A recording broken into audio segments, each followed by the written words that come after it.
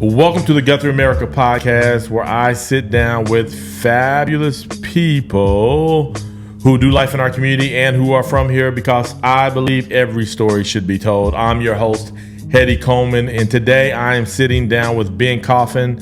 Ben, is that with two L's? Is Coffin with two L's or one? Yes. Sometimes I just put one. I'm like, no, I'm sure it's two. But I double check Facebook. You go Facebook for everything, double check stuff. Before we jump into this conversation with Ben, will you please, pretty please, go ahead and subscribe to the podcast and leave a review. At some point, I'm going to create an email list so I can just email it to those of you all who just want it dropped in your inbox. I need to do that. But for now, subscribe to the YouTube. Like us on Facebook, Instagram, all the things. You can like Heady Coleman and GuthrieAmerica. Preferably probably GuthrieAmerica, then Heady Coleman. But either way, also I just want to thank the fabulous people who continue to support the mission of every story told. That is Kevin Kraft down there at State Farm. Really great guy, great family. His staff is great.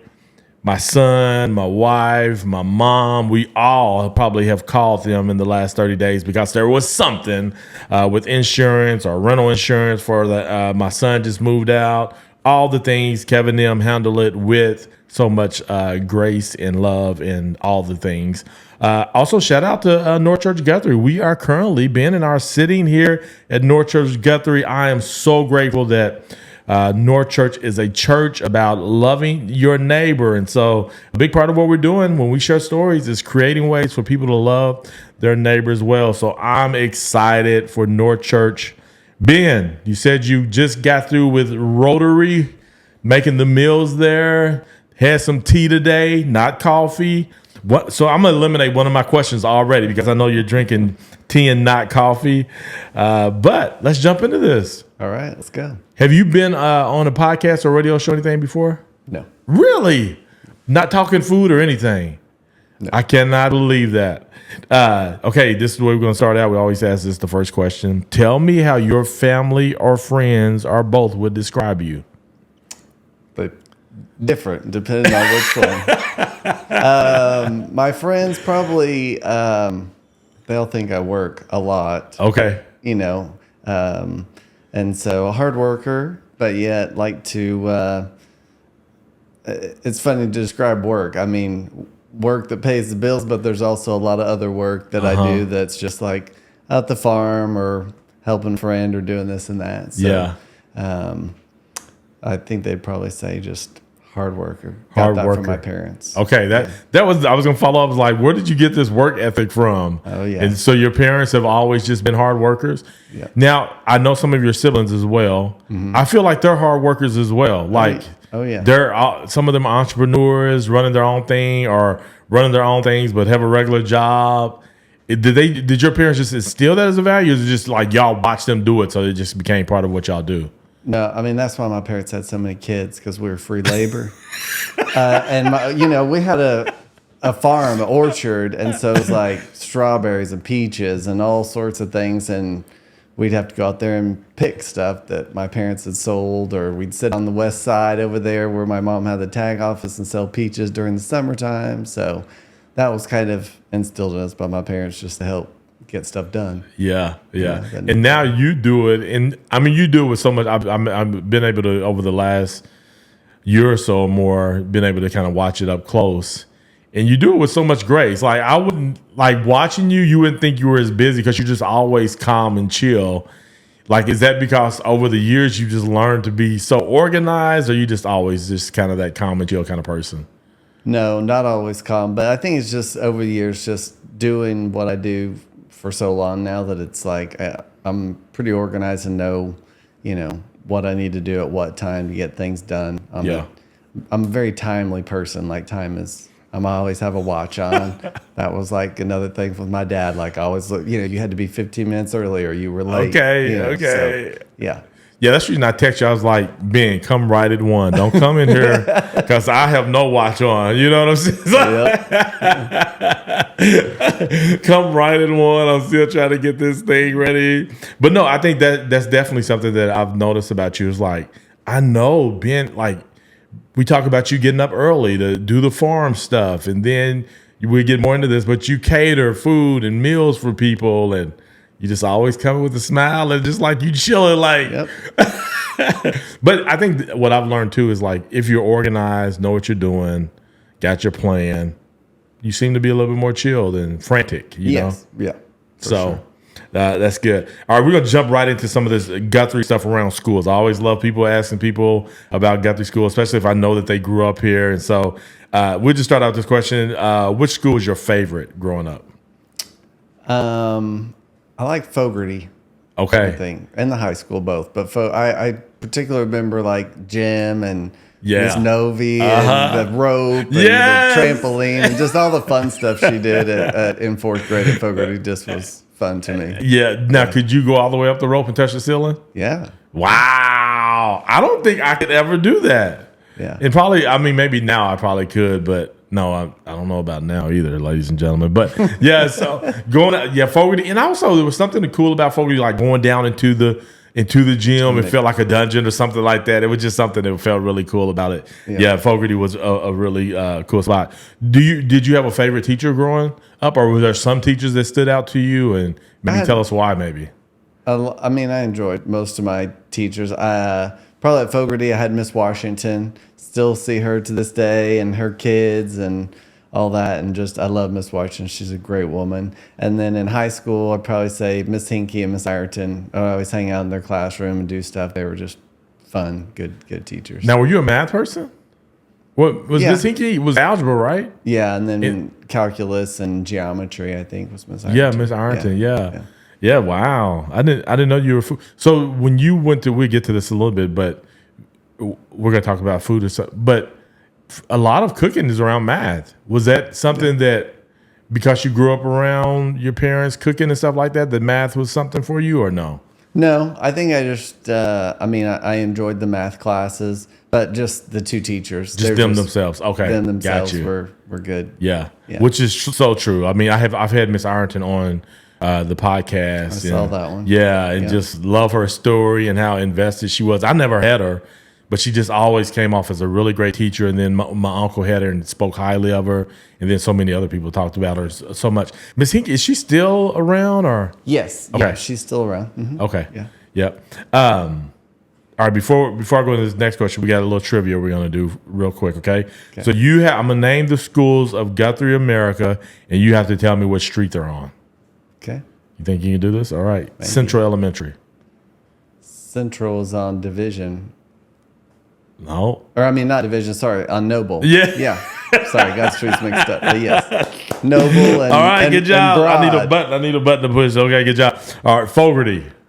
Fogarty was on Wentz. Yeah, I was about to say that should be easy for you right there. You drive by that. Yeah, Wentz. All right, West Street is Cotterell on. Cotterell, it's on the same on Noble, way out on like 17th Street. On the west side, which is the best side. That's what they say anyway. What street is the Guthrie High School on? Now, I know what you're going to say, but it's not going to be. That's not the correct. Yeah, it's not based on the address. I don't know what the actual road is going up to by the south side of the high school. I don't know what that road is. You don't know what that road is? It's on if I said, you're going to be like, that's right. Crooks Drive. Crooks Drive, okay. Yeah, Crooks Drive is the name of it. What street is the junior high on?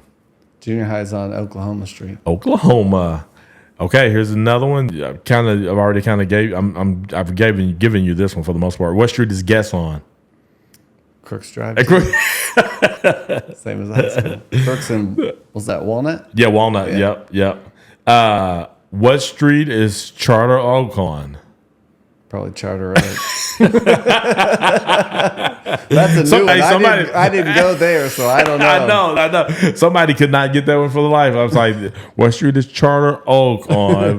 But again, you have to know that from out there. All right, so there's one street left, and what street is that? What street is Favor on?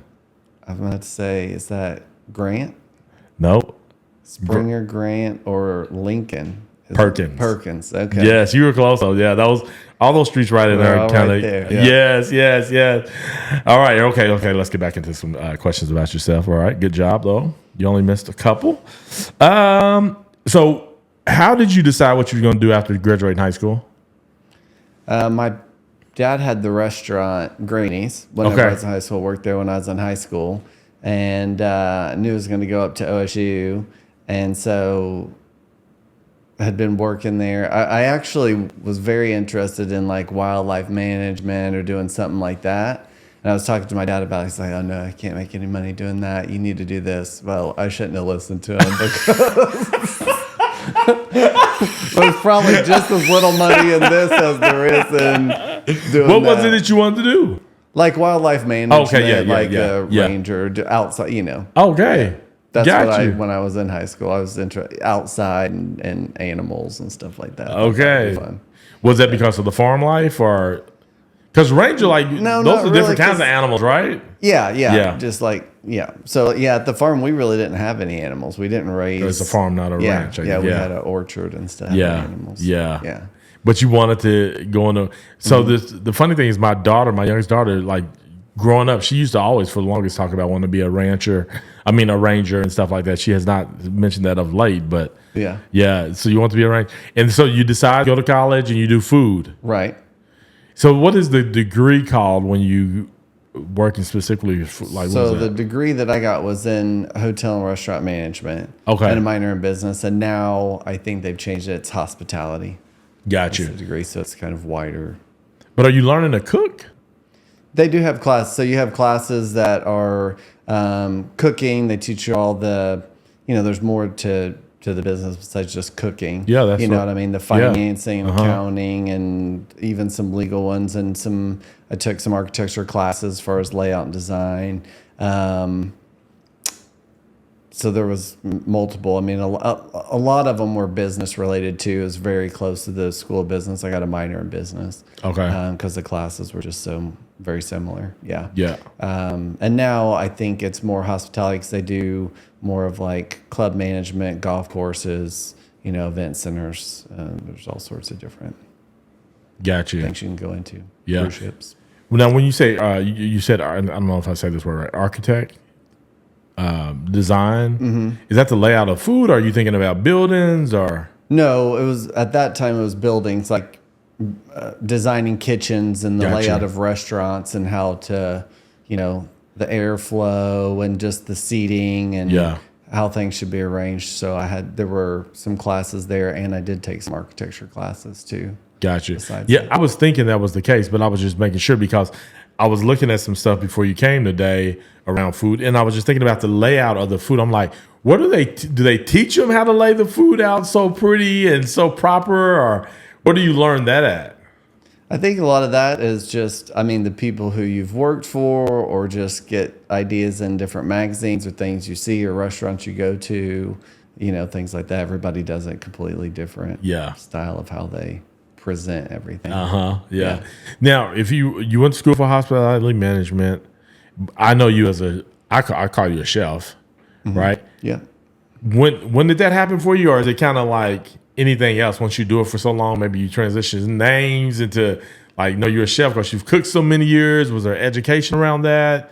How did that come about for you? Well, after I left, finished OSU, graduated from there, I did go to culinary school. Okay. So I went to culinary school in London at the Cordon Bleu to get my culinary degree. Some people, you can go to school and get degrees in the culinary side of it, and then some people that have apprenticeship programs at different restaurants or resorts and things like that some people do too.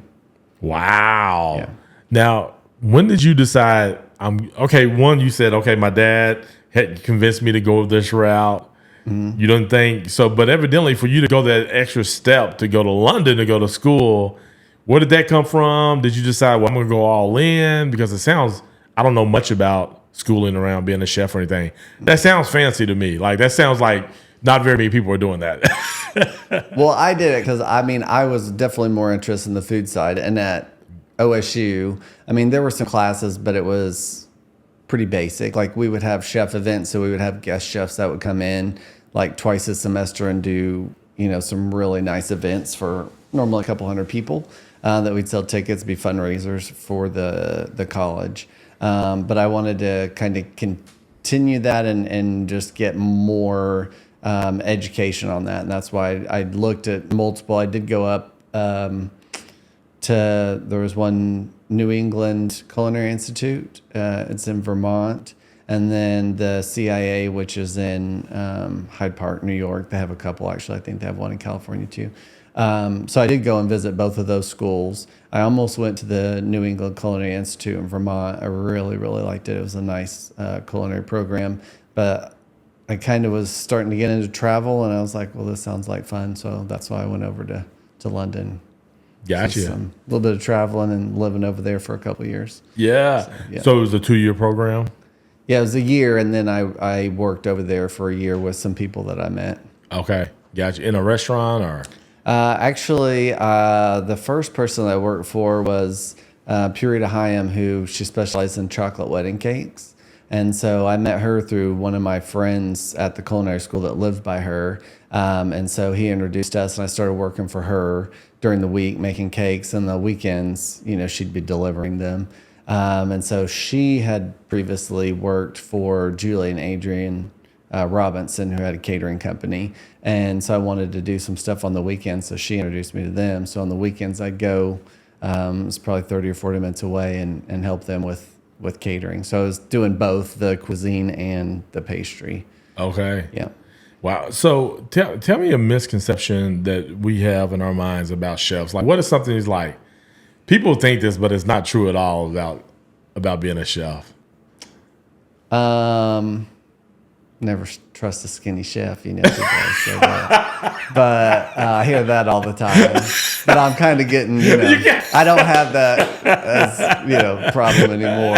I think a lot of people have, and I do feel like I'm a little bit different than most chefs, because most chefs it is a high stress job. Mm-hmm. I mean, if you're running a restaurant or catering or whatever you may be doing. So a lot of people, a lot of times there is a lot of profanity, yelling, screaming, shouting, getting things done, and, things like that. I'm pretty laid back, which is the people who've worked for me have been like, you are not the typical, chef, because I'm not. I try to be organized on everything and be, ready and prepared for everything. And so I don't do a lot of that. And actually, Julia, who I worked for in England, was like that. She was just cool and collected and just had everything lined out. And, there'd be times where she'd be like, oh, but most of the time we were prepared for everything.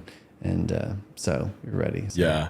I almost think about chefs as like artists. I kind of think about chefs in the same way. Yeah. But kind of scatterbrained. Yeah. But not true at all. For the most part. I think to be in this business, you have to be pretty organized in what you're doing. And there is a time, like whenever the first course goes out, you're trying to, make sure that the second course doesn't take too long to get out. So what do you have to do to get it out at the right time and not be too long, but then have the food, whether it be a steak or whatever, cooked exactly how they want it.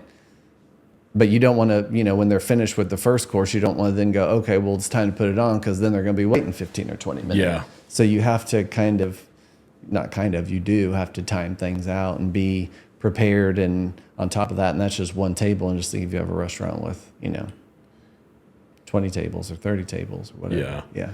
Now that you've been doing it for how many years? I've been doing this for probably 30. I think I started when I was like 14 at my dad's place. Wow. So probably 35 years been doing food. Yeah. Now, when you were in high school and you started working for your dad, did you ever have any other job, or did you just do that? Just did that. Yeah. I started, helping in the kitchen whenever his business partner Dee was there, and getting into the cooking side with her. And then I'd bust tables, I'd do dishes, just whatever needed to be done. Yeah. And again, free labor. Work for tips. That's about all I'd get if I was lucky. How long did y'all have Granny had one? Because it's still something that people, I do those events with public strategy. People still talk about it today. I still get phone calls. Yeah, that's asking if we're open. Yeah. On a weekly and monthly basis, people call me. And we've been closed for probably 15 years, maybe. Wow. Yeah. How long was it open? I think it was open for over 20 years, close to 20, 25 years. Yeah. Yeah.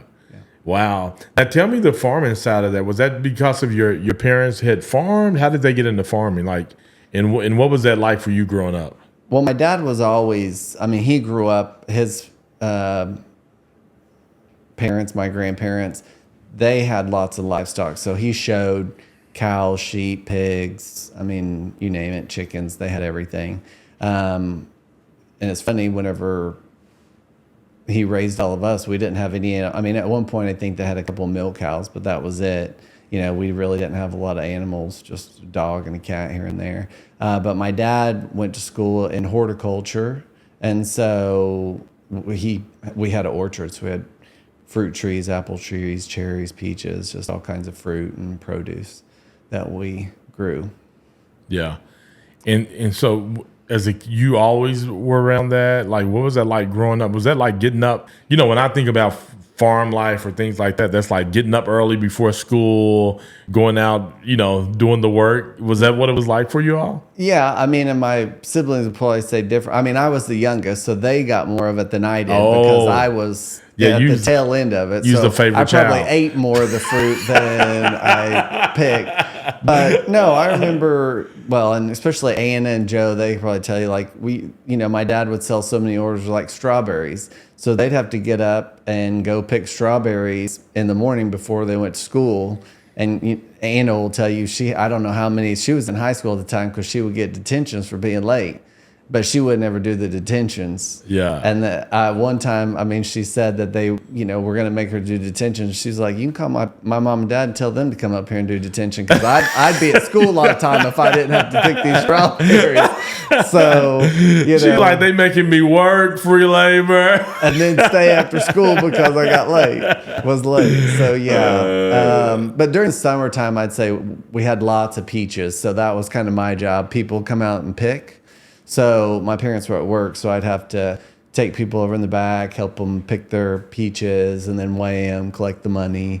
And so that was kind of my job, was the peaches. And then a lot of times we'd pick on the weekends or during the week, and I'd go sit in a pickup truck down there on the west side and just sell peaches out the back of the pickup truck a lot of times too. Yeah. Yeah. Well, that's cool. So let's talk about your love for travel. But I want to come back and talk about, okay, so at some point you decided you're going to come back to the States because you were overseas working in London and all that. But first I want to just talk, like, when did you fall in love with traveling? Was that because of that? No, my first trip I took was, I was 15. I went on a missions trip. So I went to church out of Abel Church, and they had several missionaries that they supported. It was a little community church out there. And I think a year or two before me, we had a missionary that came out that was from, I think it was New Tribes Missions. And she was just telling what they did. And I think Ellie Canning, who's a local person as well, she's a year or two older than I am, she went on one to South America, I think Uruguay or Paraguay she went to. Well, then a year or two later, raised some money and the church helped. And I went on one with the same, I think it was New Tribes Missions, on a missions trip to Africa. And so that was my first trip going, and it was probably, I think it was about 5 weeks that I was gone over there. We were building a schoolhouse. It was a compound for the missionary kids. It was a school. So the missionaries would bring their kids there, and they had dormitories and different classrooms. So we were working on a second story of a classroom building for the kids there, and stayed there. And because school was out, so it was just there's probably 15 or 20 of us that went over there for that trip. And so girls and guys dorms, and then during the day we just work all day and build this structure or help them with it. And that was my first travel experience, and It was awesome. I mean, I had a great time. Just the local people, the food, just everything was a brand new experience, and it was. You got the bug. I got the bug. Yeah. So you were like, I got to go more places. Yeah. Yeah. And again, me being around you over the last year or more than that now, and just kind of seeing and getting to know you, like, traveling is something that you really enjoy doing, and doing it several times a year. Very much so. Yeah. And so that is really cool. So I just was wondering, all right, so now we've talked about food and travel. I'm going to ask you, this is what we call top 5. Okay. Okay. So I'm going to give you 5 places around the world. So would you rather pick top 5 places in the world or in the States for you to cook at, for you to be a chef? If you could pick top 5, I'm gonna name top 5, and you have to put it in order 1 to 5, and once you put it wherever, it has to stay there, and you don't know the others. Oh, you're just gonna give me one? I'm just gonna give you one at a time. I'll say the world. Okay, the world. All right, and this is from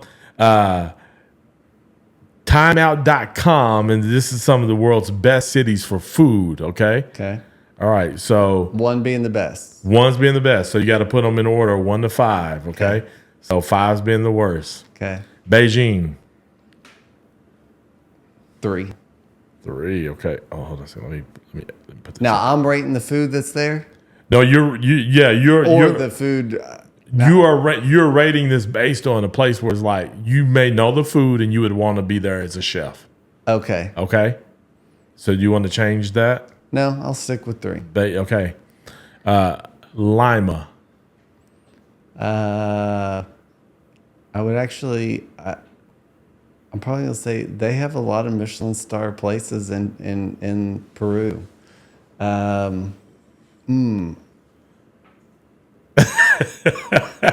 Let's put that one at 4. Okay, 4. Okay, 4. Johannesburg.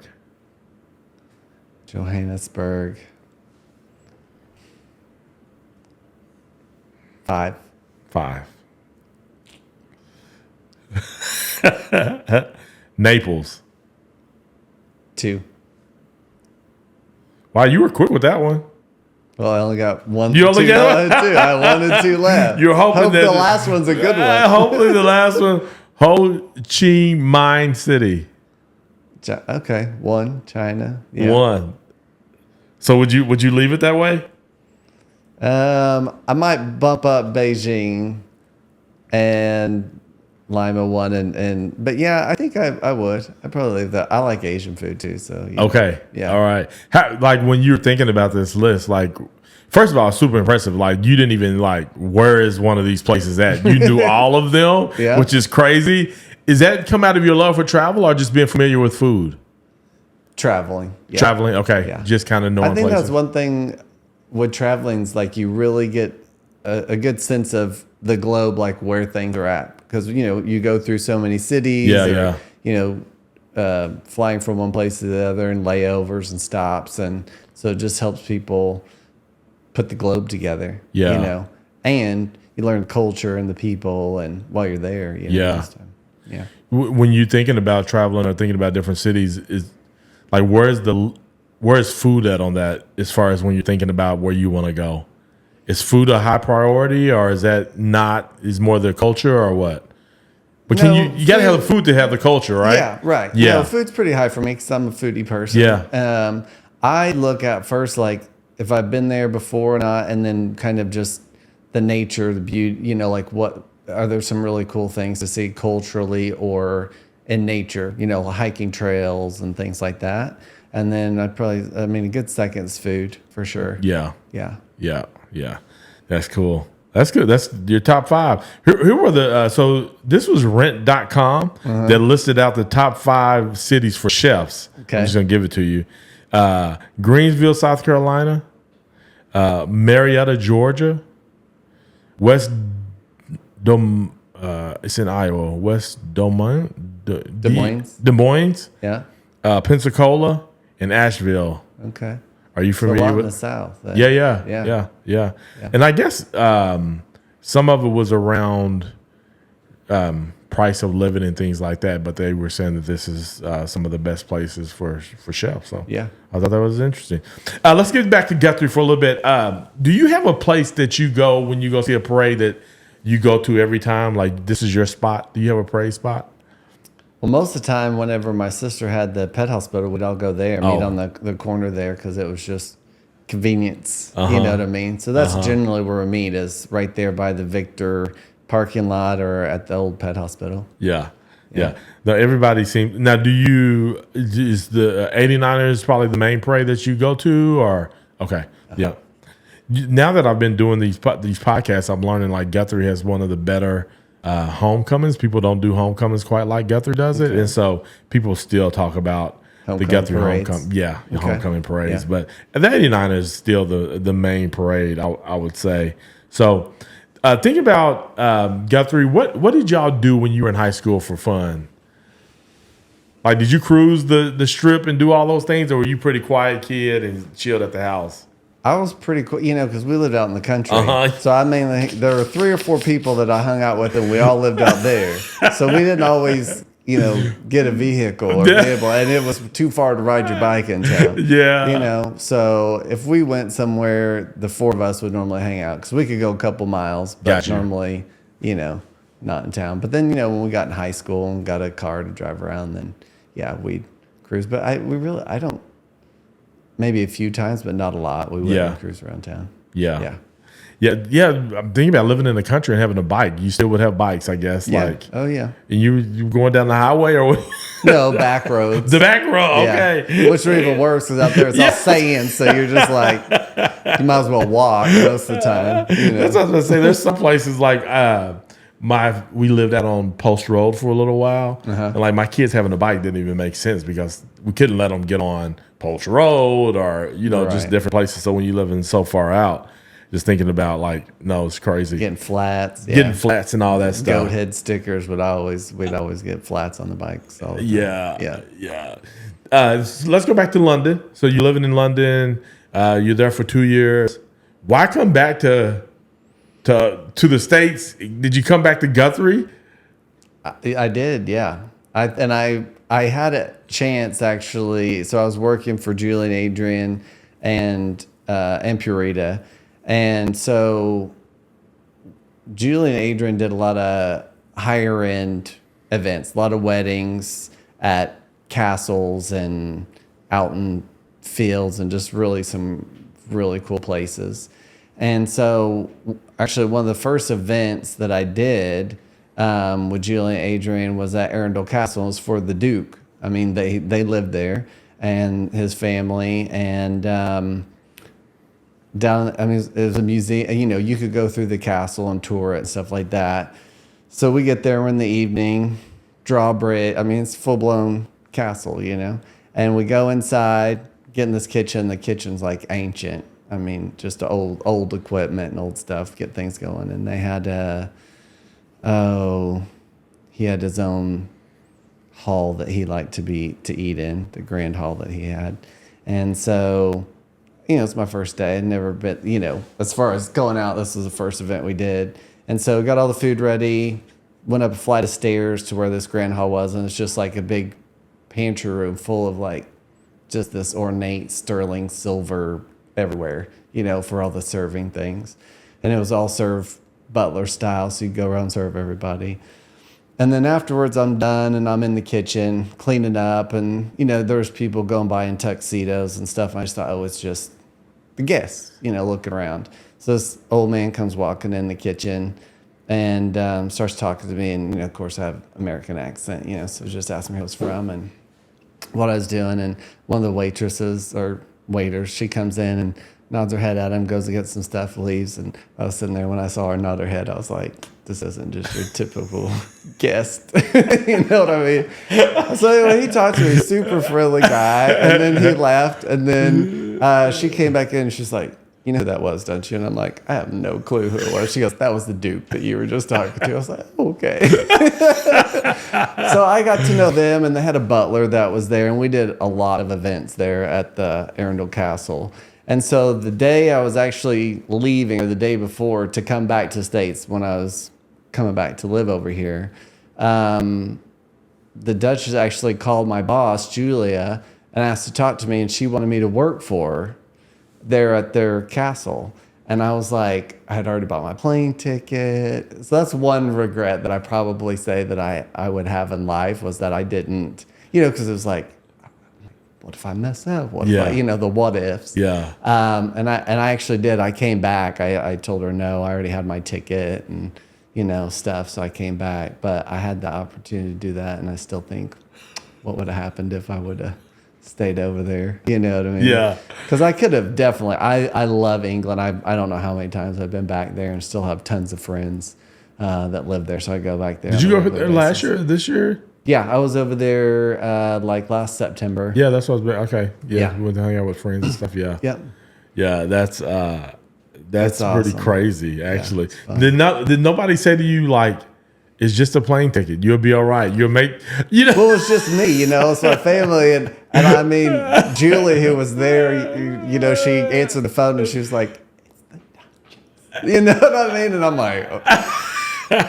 So I just talked to her for a little bit, but yeah, I mean, Julia probably was like, "What are you thinking?" Yeah. You know what I mean? But she didn't say anything. Yeah. She was just Yeah. like, "Hey, your Yeah. life, do what you want to do." Because did you get homesick over there, like being away from home that long? Was that some of it? Like, No, I mean, I would come back like maybe once a year, but it's like I had made another family Yeah. over there. Like Yeah. Julie and Adrian were like my, and Yeah. Purita and her parents, and it was just, it's like I had my own family over there too. I Yeah. mean, I really got to know them, not just as being my employers, but I got to know their family and their kids, and so it's just like I was one of the family for both of them. Really, Yeah. yeah. what is it that you miss most about being over there versus being here in the States? Like, what was something that was just different? I would probably say definitely the ingredients of food and being able to get some, I mean, especially here in Oklahoma. I mean, we can still get fresh produce and stuff, but over there, the quality of seafood and the produce, I mean, you would order it one day and the next day it would just kind of be outside the door, fresh, amazing produce and shellfish and fish in general, the breads. And then just traveling, everything's close. Yeah. Like in the States, it's 2 or 3 hours on a plane trip to get anywhere. And over there, you could be in, I mean, I did that several times when I was over there. They had like these little cheapy airlines, JetBlue or EasyJet or whatever. And, for like 100 pounds, you could go to Switzerland for the weekend, and that was like your hotel and the airfare. So it's like, okay, 30 minutes to the airport, hop on a plane, go for Saturday and Sunday and come back on Monday. Yeah. I did that quite a bit because it was just so cheap to Yeah. travel to the different little countries in Europe. Yeah. Did you do any of the train stuff? Like, because in trains Yeah. a big deal too. Yeah, trains like, are. And I did do that from like England going to like France and stuff, going through the channel. We'd go to Belgium or France, taking the train, but most of the time would fly. Yeah. It's faster. Yeah, as you know, like I haven't done the overseas thing. Flying is just something. Keep asking you. One of these days. One of these days. Bernadette and them were supposed to go to Germany. I don't know what's happened to that trip. I'm going to have to follow up on that. They were supposed to go to Germany in the fall. I think she said you offered to go with them if they. That's right. I will. Oh, my goodness. What's been your favorite place that you've been? Man, it's hard because they're all different, but I would say I really like South Africa. It's beautiful. That the food was phenomenal. The coast, the beach. I mean, it's just a stunning place. Yeah. Yeah. Yeah. All right. This next section we call this segment either or. Okay. And so you just pick which one. And so we've already talked about this one, coffee or tea. And you said tea. Correct. Okay. Early bird or night owl? Early bird. Yeah. Now, are you an early bird because you got to get up early, or would you be that way anyway? No, I get up automatically. Yeah. Yeah. Beach vacation or mountain retreat? Mountains. Mountains. Cats or dogs? Probably cat. Yeah. Netflix binge or read a book? Netflix. Sweet or savory? Sweet. City life or countryside? Country. Introvert or extrovert? Introvert. Are you in the middle? Huh? Are you in the middle? Yeah. Yeah. Go Yeah. both ways. Winter or summer? Winter. Classic rock or pop music? Classic rock or pop? Probably pop. A physical book or ebook or neither? Probably neither. I'm not a book reader. Calling or texting? Calling. You just old school like Yeah, that. That's I just I'll do text up to 2 or 3, and after that, I'm gonna call you because you're wasting my time. Just get it over with. Let's get it done. Call me. Cooking at home or dining out? Probably dining out. I mean, I like to try other places. I mean, I do a lot of cooking at home, but I mean, it's fun to go and eat other people's food. Yeah. Sunrise or sunset? That's a hard one. In fact, I've seen some really good both. Probably sunrise. Yeah. Yeah, sunrises are. Yeah, but like you said, I've seen amazing both. Yeah. Theme park or water park? Theme park. Sports car or SUV? SUV. Documentaries or reality TV? Documentaries. Do you have a favorite documentary? I've seen quite a few, but one that just comes to my mind is have you seen, what's it called? My Octopus Teacher? No. It's like a photographer who's out of South Africa, and he's like a biologist, and he's out swimming one day, and he comes across this weird thing in the bottom of the ocean when he's a scuba diver, and tries to figure out what it is. Well, find out it's like a little baby octopus, and it had covered itself in all these shells, and he was just trying to figure out why it would do this. So he'd go out there every day, and he actually got to know this octopus. Like every day he'd go out, and the octopus would actually try to find him, and he'd look for it, and just he followed this octopus, and from being this little bitty thing when he first saw it to actually when it laid its eggs and died at the end. And it is a phenomenal documentary. Wow. Yeah, and the photographs, like he's an amazing photographer. So it's all underwater photography and stuff? Yeah, and there's some where there's like some stormy days and some rainy days where he's like up on top. Yeah. Outside, not in the ocean. And yeah, the photography is amazing in it. But it's just a cool story too. Yeah. Yeah. Yeah. Is it on Netflix? What he learned from this, animal that a lot of people think that they're not, but how intelligent they are and what they do to survive and everything that they do, It was pretty cool. That's pretty cool. What was the other one? Oh, fine dining or food truck? Probably fine dining. Yeah. Yeah. What is fine dining? Like what? How do I know that I'm experiencing fine dining? Probably if you got a real napkin and some real silverware instead of paper. I think of fine dining as that like white table, tablecloths, napkins, multiple courses. Yeah. It's like a nicer. Yeah, like when they say, I don't know if I've ever experienced like when they bring out the multiple courses. Because I'm assuming the multiple courses are like they're small pieces building up to something. Is it dessert? Is that the final thing or no? Yeah, generally it's sweet or could be cheese or something after that. But yeah. What makes a restaurant Michelin? They actually have a Michelin guide. I mean, they have a Michelin guide, but there's people that go to those restaurants and they're actually critiqued on the food that they have and how it's presented and the taste and even like if things are cut the proper way and everything. Oh, wow. So you're an entrepreneur, work for yourself, been doing that for a while. What is it? Two things. What do you enjoy most about working for yourself, and what is the thing that you can't stand about working for yourself? The thing that I like the most about working for myself is just it's flexible.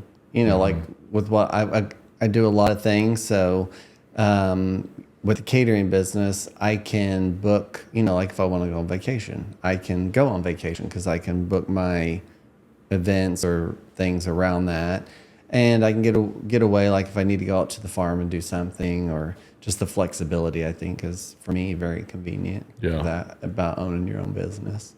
And then the other question was, what's the hardest thing about working for yourself? Hardest thing I think is to just preparing for retirement. It's harder to do, to make yourself put something back so that Yeah. you're right. Because as a business owner, I might get a certain percentage of profits or this and that, but like forcing yourself to put money into a retirement program or something like that so that you're ready, because a lot of times don't do that. Yeah. Did you ever think that you would work for yourself? Yeah. Okay. I did. Like, when did you start realizing that? Was it at a young age, or was it later in life?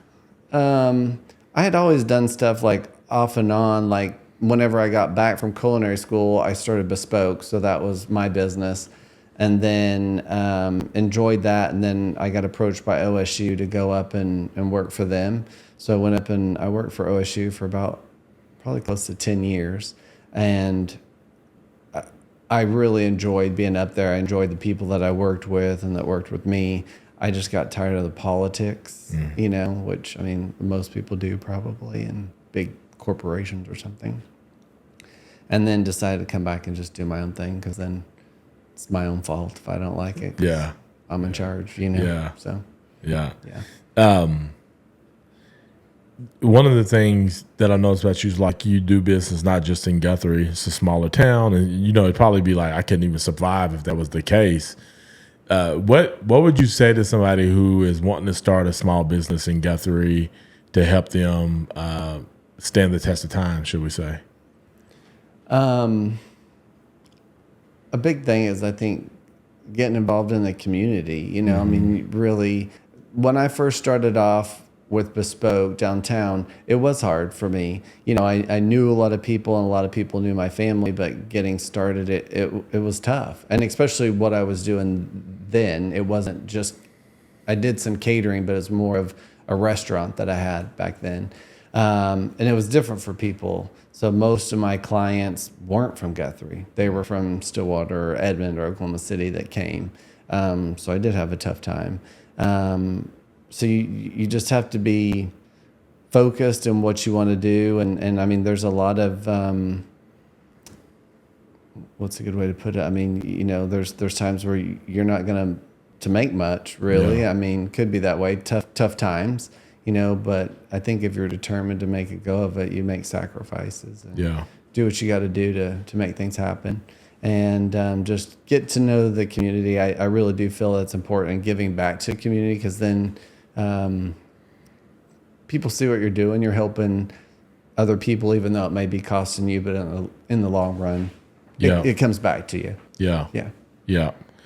I mean, I think you want people to think of you when they do have somebody reach out to them about a catering or something like that. Right. And those early investments you make in people help create that in them to want to pick you out. What's something you're doing right now you really enjoy? Right now, I do a lot of pottery. I got into pottery about a year and a half ago, and I'm loving it.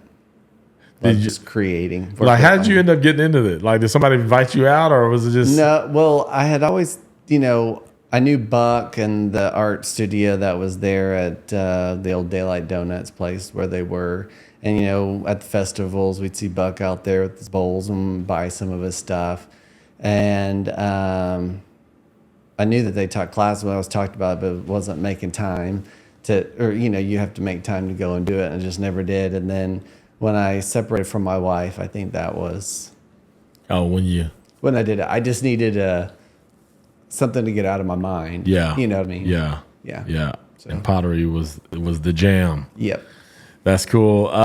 What's something you're most grateful for these days? Grateful, lots of things. I mean, go to North Church here, got a good family. And my family. I mean, I have some really great parents. Yeah. So. Yeah. It was cool to see them with you yesterday. Yeah. Yeah. All right, here we go. We got some fact or fiction. You ready? All right. Fact or fiction: adding baking soda to tomato sauce neutralizes its acidity. True. Yeah. Fact or fiction: you can tell if an avocado is ripe by pulling off the stem. Yep. What I don't even know what that means. Like you pull it has a little where it's the stem's connected to the avocado. Okay. Sometimes they're already pulled off, but if you I pull was about to say, I don't know if I ever recognized that as stem. well, there's like a little, like on oranges, they have that little piece at the top. Oh, yes. You can pull off. Yeah. So avocados have that too. Okay. So if you pull that off and it's green, then your avocado's still good. But if that's black, then it's probably going to be a black avocado. Oh, wow. Okay. Some people have already done that at the store, so you can't tell. Okay. But yeah. Gotcha. The 5-second rule is valid for drop food. If you're going to eat it, or me, you know what I mean? If But it's something that I'm making, but not that I'm going to give to somebody else. He has to answer that way, ladies and gentlemen. That's He has to. Health department. Fact or fiction, marinating meat overnight makes it more tender. Depends on what you marinated in, but yeah, I Okay. would say yes.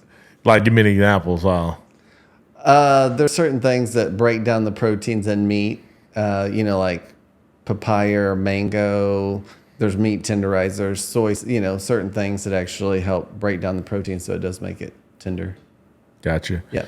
Acidic pineapple juice. Fact or fiction, eating spicy food can raise your body temperature. I don't know now and say no. Yeah, it says fact. It's fact. Fact or fiction, you should always rinse rice before cooking it. I know all my Asian friends would say yes, but a lot of other people say no because it actually washes off the riboflavin and thiamine and stuff that the U.S. requires them to put into rice. So I don't know on that one. I would say I rinse my rice, but there's some people who don't. Yeah, fact. It says you should. You should. Okay. Yeah. Fact or fiction, microwaving food destroys its nutrients. Probably so. Yes. It says fiction. Really? Yes. You think the high heat temperature would Take cook it, that zap out? zap it out. I'm all in on this. I'm grateful to know this now. Fact or fiction, mushrooms should not be washed in water. I don't wash mine. I actually knew I had J&M Farms. They're all like sanitary. Yeah. It's all the bedding and everything. The black stuff that's on there, it's actually been sterilized. Yeah, they say fact. Yeah. So you should not be washed. Yeah. Mushrooms should not be washed.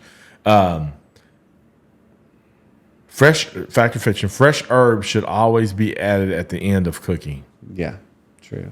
Why is that? Like, I feel like if you're cooking it with it, it'll give it the more of the, but no. Well, most of the time because a lot of them are, like parsley and dill, they're really light and delicate. Mm-hmm. So if you cook them in there, it'll kill the color, but also that flavor just from the boiling or whatever you're doing, it'll disintegrate the flavors. And at the end, it's just kind of right on the top. So I think people get more of that flavor when they take a bite of it because you're just putting it on the top and kind of just stirring it into the top a little bit. Gotcha. And they're lighter, yeah.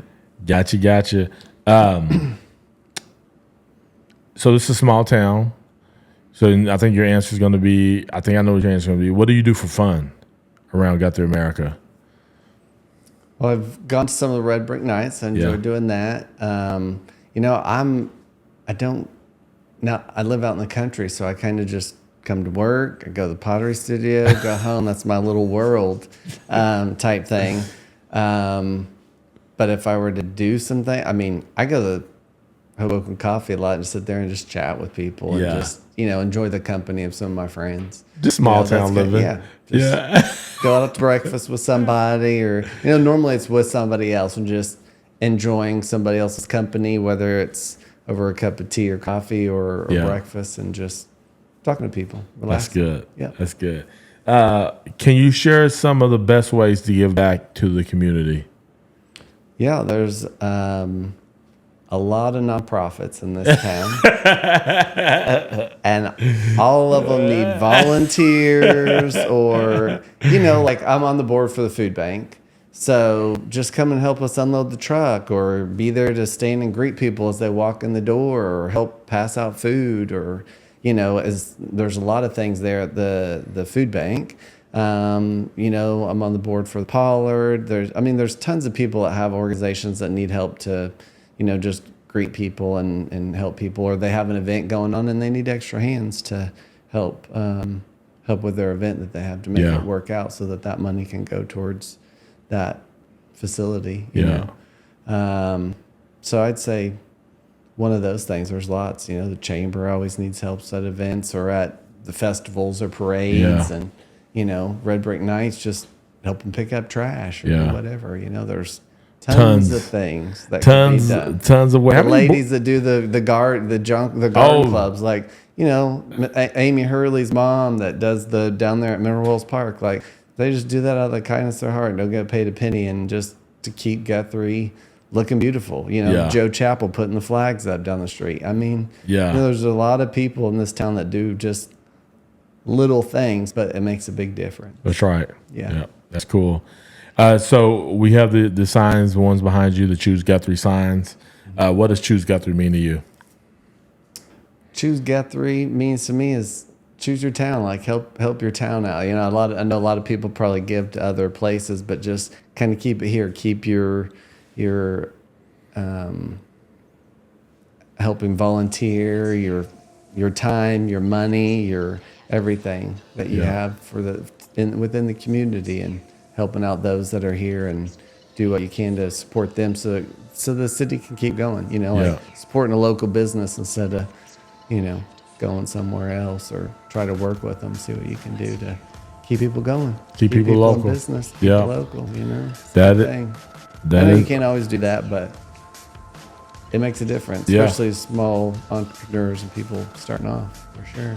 Yeah, and I think that's like you said, you can't always do it, but man, just trying to make it a priority. Like when I think about choosing Guthrie, one of the things I was like, I know you can't, I don't. You know, you just don't, you just always can. But man, I try to make it a priority, like at least being conscious to say, all right, let me think about this. Like, do I need to go here to get X, Y, Z, or can I go local? Like Bernadette going to Ace yesterday for something. You know, it's just really trying to be intentional about helping people keep their jobs or keep their businesses, and that happens when we shop and do life local.